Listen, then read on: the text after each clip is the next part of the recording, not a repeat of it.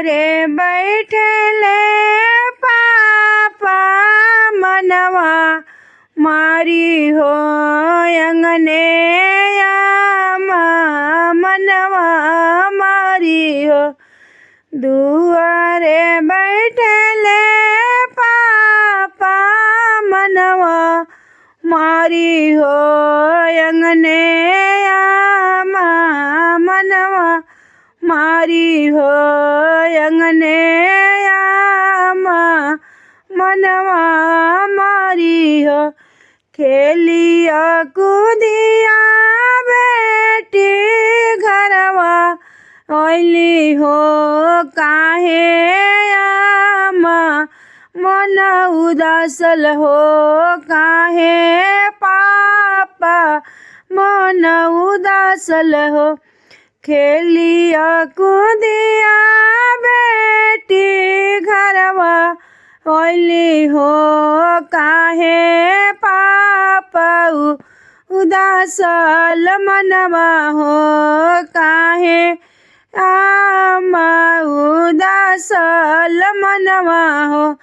कौन बालैया पापा आई गइले हो मानवा उदासी गइले हो।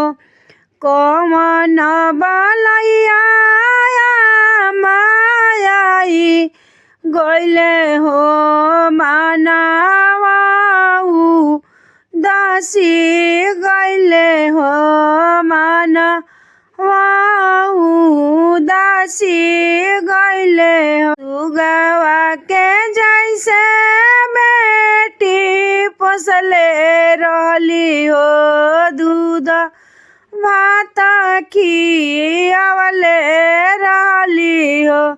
सुगवा के जैसे बेटी पोसले रहली हो दूध भात खियावले रहली हो दूध भात खियावले रहली हो। आज के रतिया बेटी दूरा देसे जैबू हो अब तू सपना होइबू हो अब बेटी सपना होइबू हो। जानते तरहला पापा बेटी हाय पाराया धन हो काहे पापा मामा कैल हो। जानते तरहला पापा बेटी पाराया होली हो काहे दूध भात खियाइबे कैल हो।